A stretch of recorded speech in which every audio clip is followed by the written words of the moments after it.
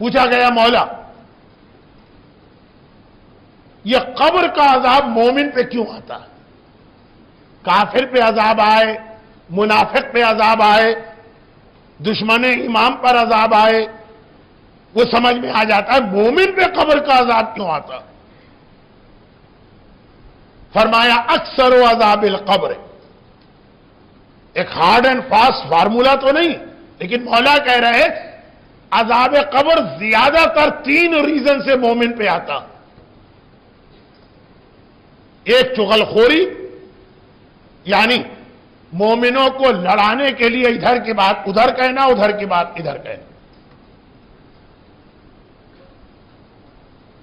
یہ بعض مومنین کو بہت پسند آتا ہے، اس سے زیادہ اسپائسی اور ٹیسٹی کھانا دنیا میں کہیں نہیں ہے۔